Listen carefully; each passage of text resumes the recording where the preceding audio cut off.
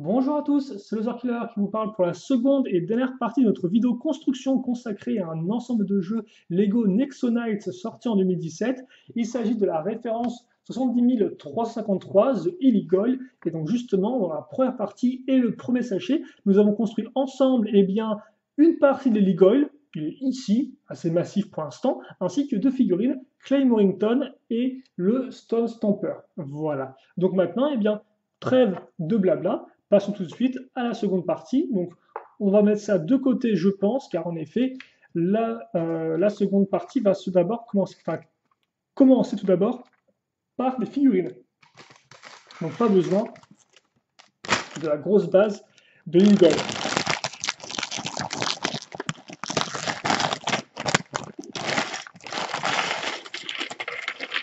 Et là encore, il y aura de quoi faire en termes de pièces. Et donc oui, effectivement, j'ai dit des figurines, mais j'aurais plutôt dû dire une figurine et des personnages. Car en effet,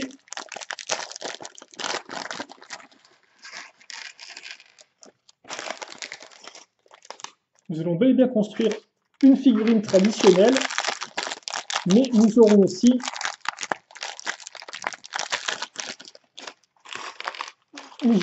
ce que nous appelons les petits bricksters, donc ces créatures faites de briques et qui viennent renforcer les rangs de l'armée de pierre. Et justement, ce sont par ces derniers que nous avons commencé, et donc ce ne sont pas vraiment des bricksters très compliqués, car en effet, ils n'utiliseront que deux pièces, donc une pour le corps, et effectivement, il s'agit de ces bricksters-là, à savoir ceux utilisant la pièce circulaire avec les pics, donc pas spécialement nouveau, vous pouvez déjà en trouver dans le set du Clay Falcon Fighter Blaster, si je ne me trompe pas, ainsi que dans un autre modèle Vague 2, par exemple, Aaron Rock Climber en a, voilà, par exemple. Et donc là, on en a à nouveau. Alors, la première sera celui-ci. Par contre,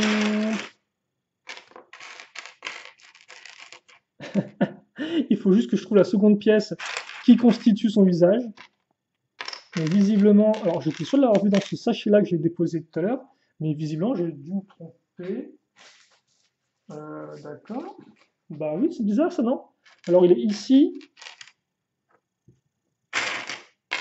Bon, bah écoutez, je ne le vois pas, bon c'est pas grave. Donc on va directement passer au final au second, car le second lui est un peu plus intéressant, car autant lui on l'avait déjà dans la même couleur, et je crois le même imprimé dans d'autres sets, autant le second Brickster qui est du même type, lui, il amène une nouvelle couleur, comme vous pouvez le voir, en violet, à ce niveau-là, et donc forcément ça veut dire que l'imprimé de son visage, enfin, forcément, en tout cas il est différent, comme vous pouvez le voir, et il est beaucoup plus machiavélique, avec vraiment un sourire très méchant, je trouve, et il est assez cool. C'est cool d'être méchant, non, c'est pas ce que je veux dire, mais en tout cas, il rend plutôt bien. Voilà. Et donc le second, par contre, je ne trouve pas la pièce, étrangement. Ah, voilà. Elle est ici. Elle était cachée, forcément. Donc voilà, nos deux petits bricksters monstrueux pour ce sachet. Et donc, c'est par là, c'est par ça que je voulais dire, c'est ce que j'entendais par là quand je parlais de personnages, mais pas de figurines. Et donc justement, la figurine elle-même, parlons-en. La voilà en toute sa splendeur. Alors, ses petites jambes, son petit corps, des pièces intéressantes parfois. La tête est où? La tête est là, voilà. Et donc, tout d'abord, le corps qui est logiquement nouveau en termes d'imprimé, car en effet, il s'agira non pas d'une gargouille, mais presque, il s'agit en effet d'une harpie. Alors par contre, là, je mets un zoom, mon gars, qui est genre ultra violent. Donc on va peut-être se calmer tout de suite. Donc ça, c'est l'avant, et voici pour l'arrière. Comme ça. Et par contre, contrairement aux gargouilles qui, elles, avaient une petite armure pour accrocher leurs ailes, ici, pas de ça. On aura une pièce transparente. Donc qui fera en fait un peu comme si les ailes sortaient directement du dos du personnage et non pas de son armure. On va prendre ces pièces-là pour avoir des accroches pour les ailes, comme ceci. On aligne tout ça, et puis après, on casse la tête. Alors on aura deux expressions faciales pour notre harpie. qui sont honnêtement assez proches l'une de l'autre. Bon, celle-ci est quand même un peu plus vicieuse, je pense. J'aurais te faire un petit sourire en coin comme ça, alors qu'elle est juste contente de faire le mal, quoi. Elle est contente de faire le mal, alors qu'elle, elle a compris qu'elle allait te faire mal, en fait. C'est la différence entre les deux, je pense. Donc, on accroche maintenant les ailes, qui elles, par contre, sont les mêmes que pour les gargouilles. Très jolies. Et là encore, je rappelle que les gargouilles, honnêtement, ne sont pas si communes que ça. Elles n'apparaissent, si je ne dis pas de bêtises, que dans 2 modèles avec ces ailes-là. Donc, le fait d'avoir un troisième modèle qui contient. Non, 3 modèles en effet. 3 modèles. Car on verra après qu'il y a une gargouille un peu spéciale qui n'apparaît que dans le set du colosse ultime de destruction. Donc 3 gargouilles en tout, mais dont 2 de cette couleur-là. Et donc c'est cool effectivement de voir que la harpie réutilise ces pièces-là qui sont très jolies. Et par contre, pièce exclue harpie, c'est sa coupe de cheveux, comme vous pouvez le voir, qui est assez particulière, mais qui rend bien en vrai au final. J'avais un peu peur quand j'avais vu les images et tout, que ce soit un peu trop mou du genou, mais bon, ça c'est un peu mou du genou, hein. C'est pas très roche ces formes-là, mais en tout cas elle est plutôt propre. Et comme ça, vous avez aussi une accroche à l'arrière, là, le petit point qui vous permettra de mettre, si vous souhaitez, des décorations type Friends dans sa coupe de cheveux. Et d'ailleurs, oui, je me demande si c'est pas une tête qui a déjà été utilisée pour un couvre-chef, qui a déjà été utilisée pour les elves, ça tient. Oui, ça c'est déjà été pris pour les elfes, ce truc, non? Faudrait, euh, faudrait que je me renseigne. Avant que ce soit nouveau pour ça, je ne sais pas du tout. Bref, bref, on va donc enchaîner, vu qu'on n'est pas là pour faire la chasse aux pièces et à leurs origines, même si c'est toujours intéressant, je trouve.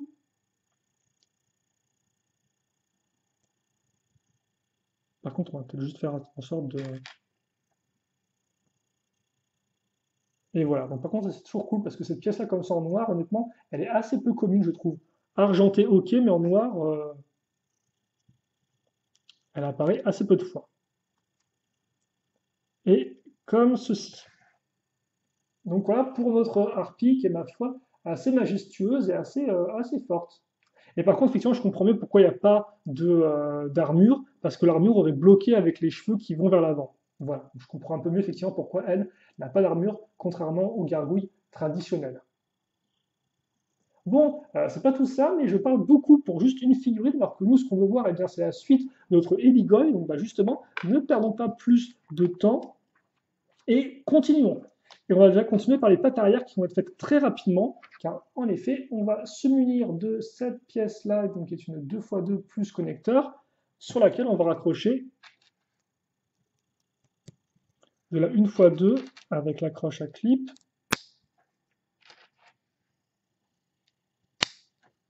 Et ces petites pistes-là, comme vous pouvez le voir, 1x1 plus accroche à clip plus tout le long. Assez rigolote, je trouve. On met ça ici. Après, on va utiliser... Alors, on va mettre les grosses pièces dans le fond pour l'instant. On va prendre cette pièce-là, qui a forcément une bonne tête de pièce de pierre, enfin, de pièce qui a une forme de pierre. Et on casse ça en dessous pour avoir une meilleure accroche. On fait ça x2. Et logiquement, ça devrait être tout pour nos pattes arrière. Comme quoi, elles sont vraiment de taille assez petite, mais c'est pas un problème après tout. Et puis c'est vrai que le contraste petite patte arrière, patte avant massive est toujours intéressant. Donc après à voir effectivement si les pattes avant de l'Eligoy seront si massives que ça ou pas.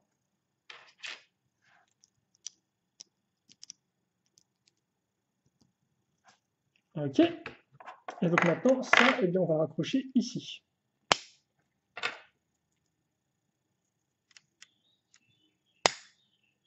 Et donc ça fait qu'on va avoir une articulation aussi au niveau de ces parties-là, ce qui permettra de un peu mieux placer la pointe des pieds par rapport au sol. Ce qui est toujours un plus, hein, honnêtement. Plusieurs articulations est quand même mieux que moins d'articulations. À moins qu'effectivement, trop d'articulations entrave la stabilité d'un modèle, et dans ce cas-là, forcément, c'est un peu dommage. Mais quand ça n'entrave pas la stabilité, c'est quand même toujours mieux d'avoir plus d'articulations afin de pouvoir mieux poser son personnage. Et donc maintenant, justement, en parlant des pattes avant, on va les construire. Alors là, par contre, ce sera beaucoup plus brique, brique, brique, ou plutôt devrais-je dire plaque, plaque, plaque, car en effet, on va commencer par une plaque 2x3, comme on peut le voir, puis enchaîner avec une 1x2 plus ball joint, Alors je vois qu'il y a plein de pièces une fois une transparente bleue. Je sais pas trop à quoi elles vont servir. Je pense que ce sera le mystère pour l'instant.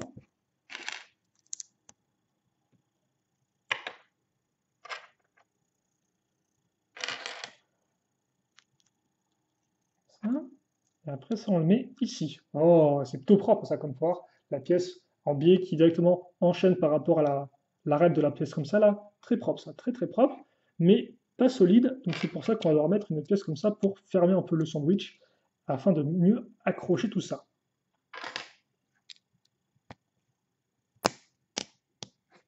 On case ça ici, et puis après, on va mettre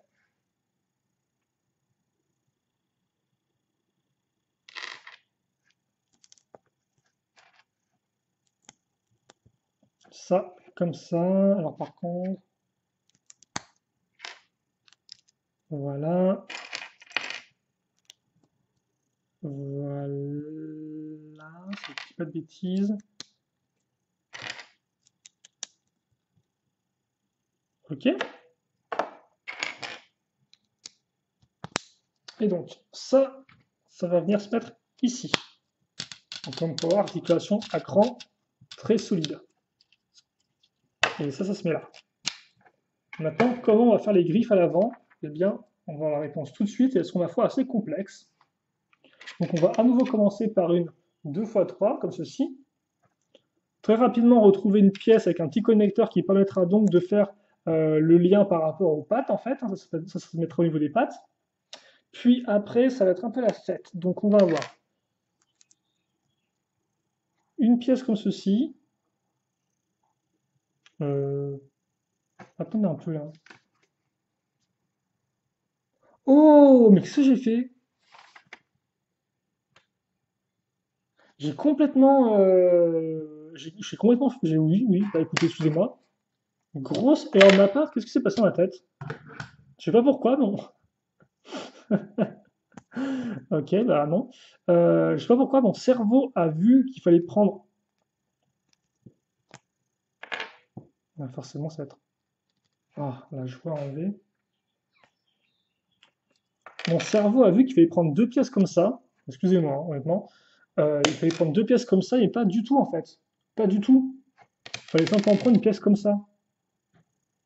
Donc, ouais, là, honnêtement. Ouais, bah écoutez, je sais pas. Pourtant, les deux pièces sont assez différentes, mais je crois que dans le vif de l'action, j'ai pas.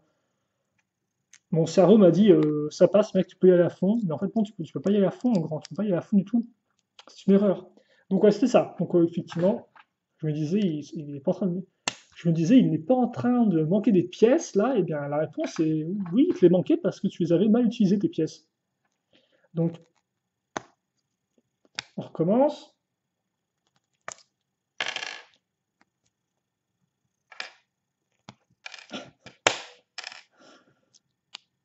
Ah,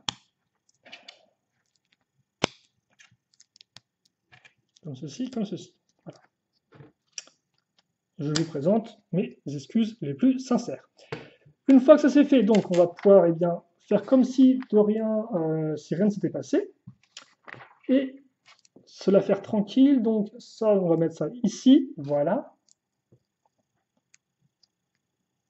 Puis on va monter en hauteur, caser pas mal de petites pièces. Les pièces avec un tenon d'accroche, on les aime bien tellement qu'on va en remettre deux comme ceci. Voilà. L'arrière, on met ça. Puis ensuite, on prend cette pièce-là. Donc c'est un lanceur de tenons. On met la gâchette forcément si on veut lancer les tenons. Et puis après, ok, d'accord. On va prendre la petite pièce qui est lisse et courbée. On va caser un sticker dessus. Parce que là, je m'étais pile poil dit, tiens, j'ai vraiment envie de poser un sticker sur une petite pièce, quoi. Je me disais que ça me manquait, si vous. Je me disais, tiens, ça manque un peu. J'ai envie de faire ça. On met ça donc ici. Et puis après, on prend ces pièces-là, bras de botte plus pointe, un grand classique, afin de faire nos griffes. Hop là, on fait ça x3. Et on les met où? On les met où? Eh bien, on les met sur les pièces avec la croche à clip, comme ceci. Alors par contre, on a pris des pièces comme ça, mais en fait, c'est là pour comme quoi vous pouvez les ouvrir hein, si vous voulez. C'est fait exprès justement, le fait d'avoir une pièce une fois une. Mais là, visiblement, Lego n'est pas trop dans ce kiff-là, et donc les laisse tout droites. Mais bon, si vous voulez, voilà, vous pouvez les ouvrir, et je pense que ça rendra le truc un peu plus intéressant si elles sont ouvertes. Ça permettra d'avoir une grosse griffe bien imposante. Mais bon, pour l'instant, on laisse ça en mode Lego, et donc on met ça tout droit. Voilà, comme ceci. Et donc une fois que ça c'est fait, eh bien on va le mettre ici.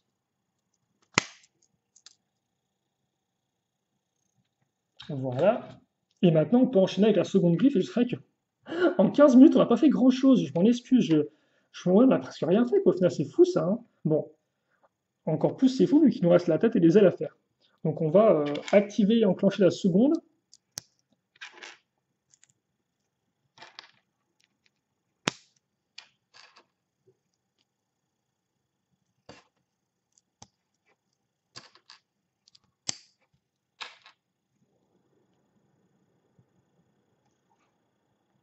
Comme ceci.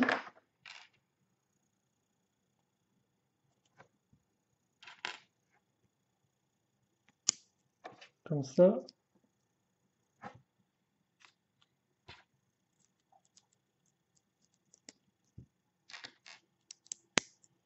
Alors après, logiquement, c'est ça, et il y a ça qui se met.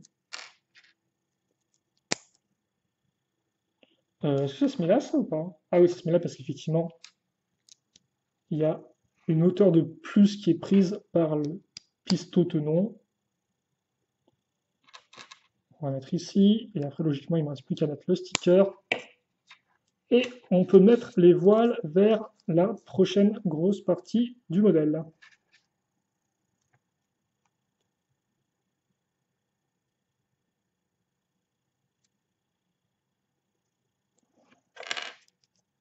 Hop là, comme ça, et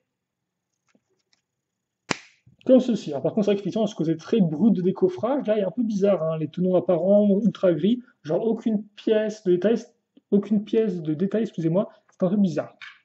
Une fois qu'on a fait ça, donc, ça fait un peu momie là, avec les bras tendus tout droit comme ça, enfin bon, momie à old school.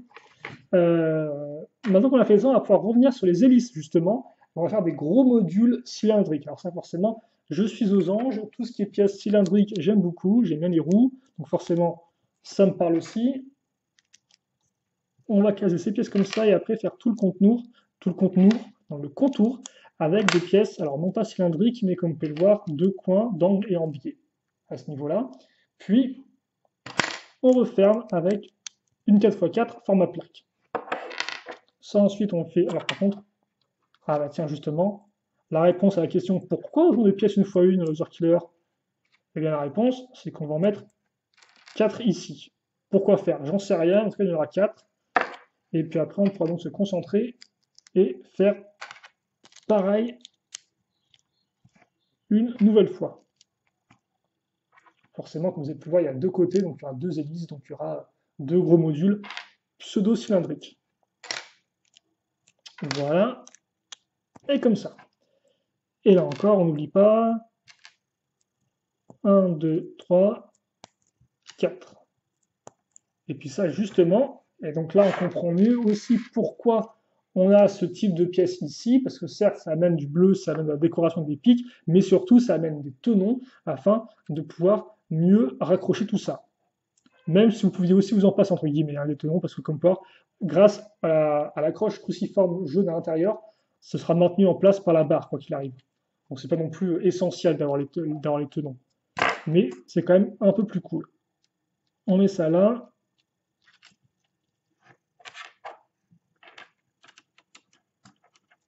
Et on va mettre ça.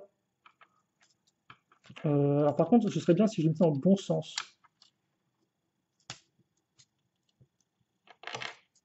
Et tout de suite, c'est quand même assez massif. En tout cas, je peux vous assurer que c'est assez imposant. Une fois que c'est fait, on va prendre ces pièces-là. Donc, tu as une accroche cruciforme au centre. Alors, par contre, attendez.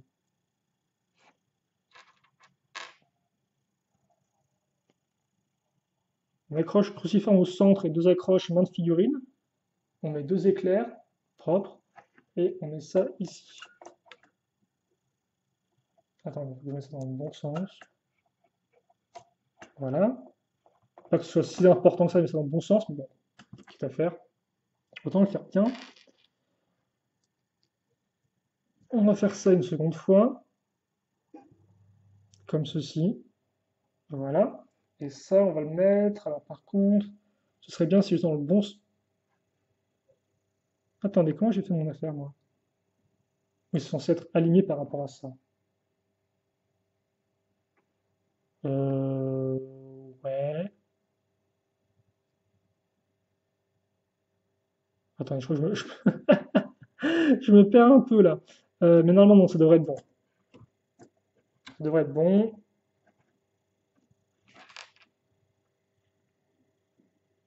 Ouais, c'est parfait. On a fait ça. C'est cool. Mais ça pourrait être mieux. En effet, on va maintenant prendre une pièce d'interconnexion, caser l'accroche micro-miron et mettre ça ici.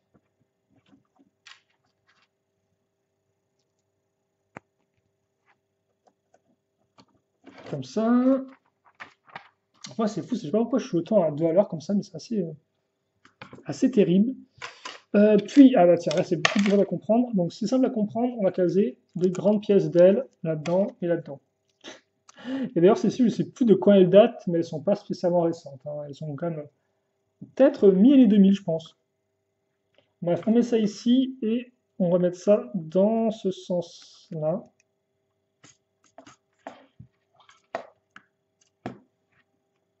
Comme ceci.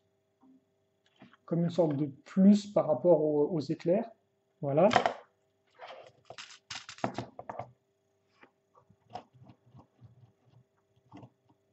Hein, et on va faire ça x2, bien évidemment.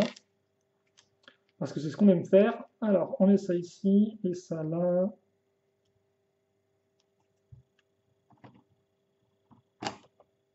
Comme ça. Voilà. Et donc, alors par contre, il ne faut pas non plus. Je vais essayer de vous montrer ça un peu mieux quand même, quitte à perdre un peu de temps là-dessus.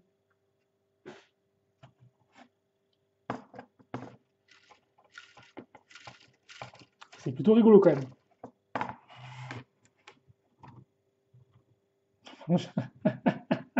Je peux juste pas le faire de là, ça me semble débile en fait ce que je suis en train de faire. Bon, on va enchaîner plutôt maintenant avec la suite et la fin, avec la tête déjà. Alors je sais pas si ce sera la fin, mais en tout cas la tête, je pense, devrait utiliser pas mal de pièces qui nous restent. Et donc justement, on va commencer avec une 2x2 qui est lisse en dessous, comme vous pouvez le voir, magnifique, incroyable, absolument splendide. Et puis après, c'est parti, c'est parti.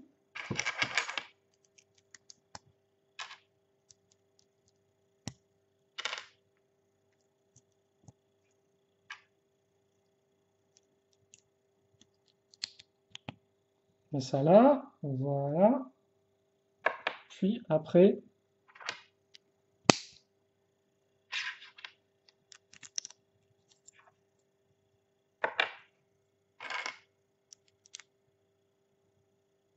oh, donc attendez, on est censé mettre, voilà, mettre ça ici. Donc on l'accroche juste sur un tenant, la pièce avec les tenons en façade, et on l'aligne par rapport aux autres du dessous. Par contre, est-ce que j'arrive à faire ce truc ou pas? Qu'est-ce qui se passe? Attendez. Ah non, c'est parce que je suis comme ça, c'est ça? Voilà, comme ça. Et forcément, là, ça ne tient pas tip top, mais ça tombe bien car on a des tenons sur les côtés qu'on va pouvoir utiliser afin de raccrocher ça, sur quoi on va caser une pièce angle droit et cette pièce-là. On fait pareil de l'autre côté. Forcément, la symétrie, ça vous gagne, comme le cheval. On met ça ici donc. Et puis après, oh bah tiens, on prend ces pièces pentues, comme vous pouvez voir, elles sont quand même assez grandes. On case une pièce de pointe à ce niveau.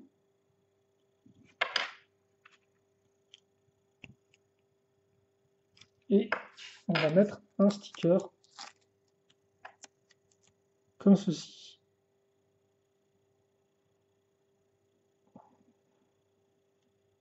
Oh, c'est magnifique, c'est magnifique. Voilà. Puis le 2 qui va aller se mettre ici.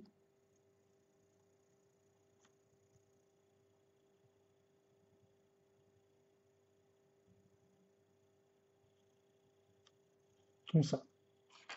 Voilà. Une fois que ça c'est fait, on met ça là. Et donc, voilà ce qu'on a une sorte de grosse corne un peu électrifiée. Puis, on prend cette pièce-là, et dessous, on met des petites pièces de coupole couleur jaune, assez peu commun pour être signalé, je trouve. En tout cas, j'en vois assez peu dans les modèles que je construis personnellement. Et ça, on va le mettre. Ah, mais qu'est-ce que j'ai fait encore, moi? Ah, mais attendez, attendez un peu, parce que. Euh, Non, oui. J'ai j'ai vraiment du mal avec le sens de ce truc. On va y arriver. Et donc maintenant, voilà, j'ai l'accroche ici. Ok, tout va bien. Tout va bien. Une fois encore, le monde a échappé de peu à l'apocalypse. Bon, on met ça ici, et plus cool, c'est le pouvoir interdit avec l'espèce de serpent qui se mord la queue en une sorte de 8. Là encore, rien de nouveau, normalement, vous devriez l'avoir déjà trouvé, enfin, il est déjà disponible en vague 1. Pour ceux qui ne l'ont pas, forcément, c'est plus cool. Donc vous pouvez le retrouver ici. Une fois que ça c'est fait, on accroche ça. Et bon, on va pas se le cacher, il manque un peu un truc là, pour faire une tête complète. Donc je pense qu'il manque une mâchoire inférieure, et je pense qu'on va la faire tout de suite, mais qu'elle va demander pas mal de briques, dont toutes les briques restantes sûrement. On commence avec une 2x4, on va caser la petite pièce comme ça, et c'est ça effectivement qui est intéressant dans cette construction aussi, c'est qu'effectivement la mâchoire inférieure sera vraiment très massive, en fait avec ces grosses pièces comme on peut voir d'arches ou des pièces comme ça, et donc ça fait qu'on dirait au final presque une structure à part entière, quoi. Un peu comme si sa mâchoire était faite de pièces d'un château fort, ce qui après n'est pas non plus entre guillemets très spécial dans le sens où forcément de base ces monstres ranimés à la vie, c'est un peu des grosses statues, donc c'est très possible qu'elles aient ce côté un peu moyenâgeux. Enfin, pas toutes sont comme ça, mais bon, la plupart sont comme ça. Après, effectivement, il y a aussi d'autres statues qui sortent de l'imagination du sculpteur engagé par Gestro, Alfonso, je crois, ou Alfonsi, je ne sais plus quoi, donc qui a aussi, entre guillemets, créé et sculpté des véhicules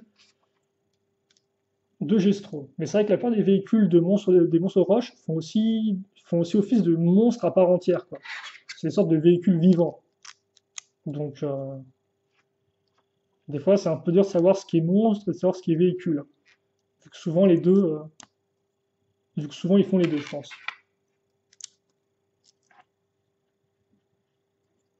Donc, en final, c'est surtout le menton qui est assez large, comme on peut le voir, parce qu'au final, après les dents, hein, elles vont se mettre ici. Et d'ailleurs, vous noterez que à l'avant, il a là aussi des dents qui ne sont pas à la même hauteur. Donc là encore, ce côté un peu abîmé qui convient parfaitement au côté un peu monstrueux du monstre, justement.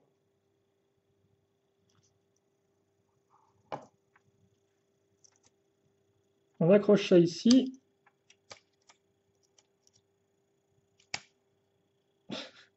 Oh, d'accord. Donc, une fois qu'on a ça, en fait, on est censé le voilà, rabattre en l'air. Parce que forcément, si vous le laissez en bas, ça fait un peu une sorte d'espace vide qui est assez spécial.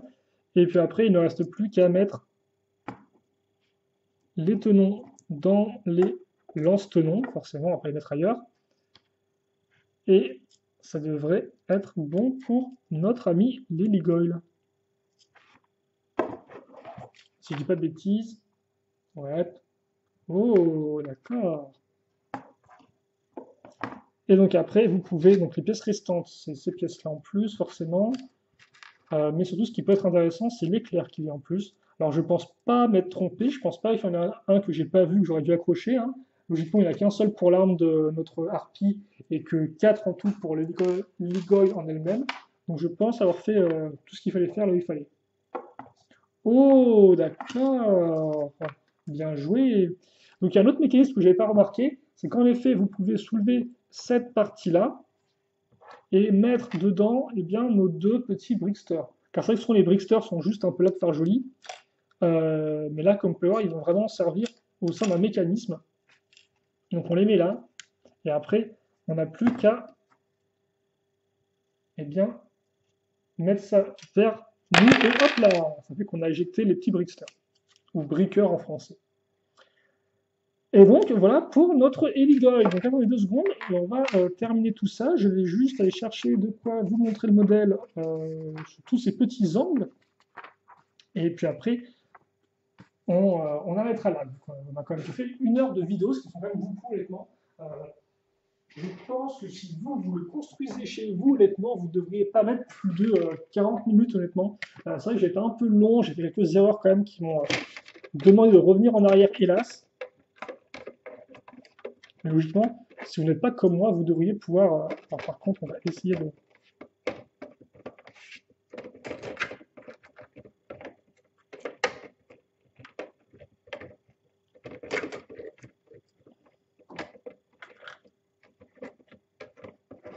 C'est un peu dommage parce que le point... Je pense que si je peux mettre les pattes un peu comme ça. Ça la rend peut-être mieux avec les pattes mise en arrière.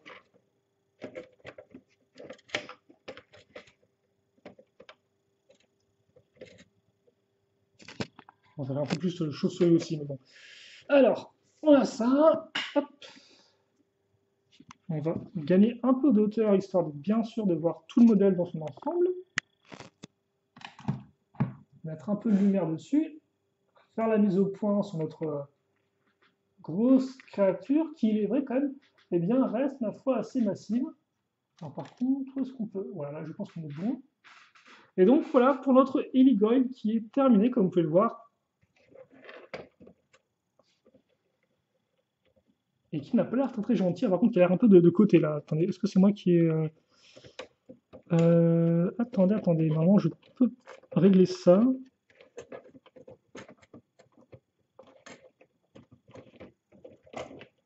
Donc voilà, on va faire ça comme ça, je pense que ça peut la faire. Bon, alors de base, vous n'êtes pas vraiment censé mettre les pattes comme ça, comme je l'ai dit. Elles sont plus censées être à terre, mais je pense qu'elles rendent peut-être un peu mieux comme ça avec les pattes mises ici. Ça la rend un peu plus massive et un peu plus impressionnante.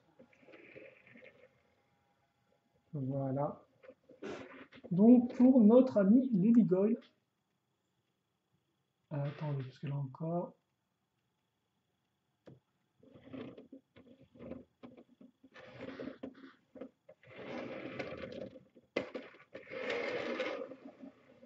Voilà.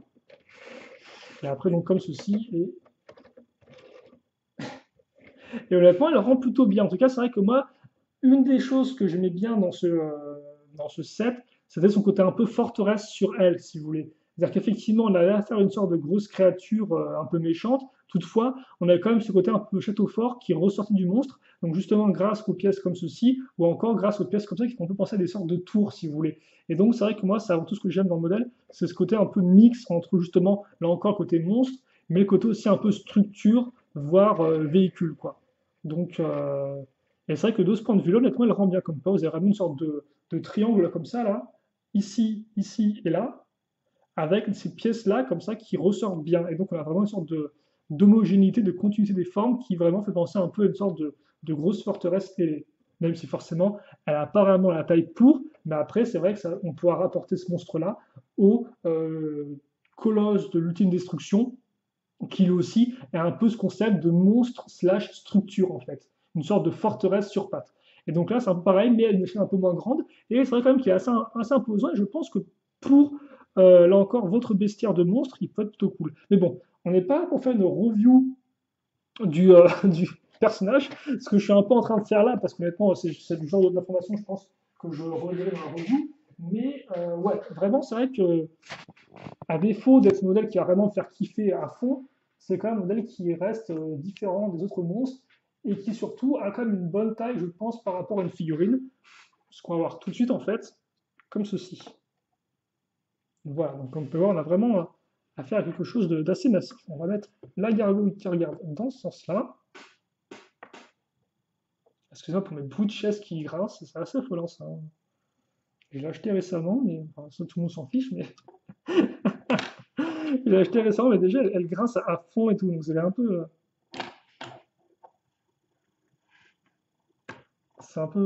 dommage. Est-ce que tu peux tenir ou est-ce que c'est vraiment en option là? Ah, parce que si je mets les ailes un peu en avant, ça devrait le faire. Bon, c'est un peu dommage qu'on puisse pas voir. Et oui, c'est vrai qu'au final, vous pouvez faire des combats elle contre elle, vu que vous avez Clay avec ses ailes mécaniques et la harpie avec ses ailes, entre guillemets, naturelles. Donc c'est vrai que vous pouvez au moins faire des combats dans les airs entre ces deux-là. Et je pense que ça, c'est une sorte au final de joystick pour contrôler le monstre. C'est un peu, c'est un peu étrange, mais bon, pourquoi pas.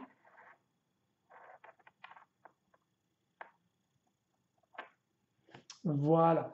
Donc voilà pour tout ce petit monde, donc pour l'Eligold qui est au complète, comme on peut voir ici. J'espère en tout cas que vous aurez apprécié cette vidéo sur ce set. Elle était un peu longue, je m'en excuse, quelques petites erreurs ici et là. Toutefois, j'espère que vous l'avez apprécié. Si toutefois il vous reste des questions, des commentaires, n'hésitez pas à les poser, j'y répondrai avec grand plaisir comme d'habitude. Et puis nous, eh bien, on se retrouve très prochainement donc pour de nouvelles vidéos. En attendant, portez-vous bien, passez une bonne journée, une bonne soirée, une bonne ce que vous voulez et à la prochaine. Allez, salut à tous et à toutes.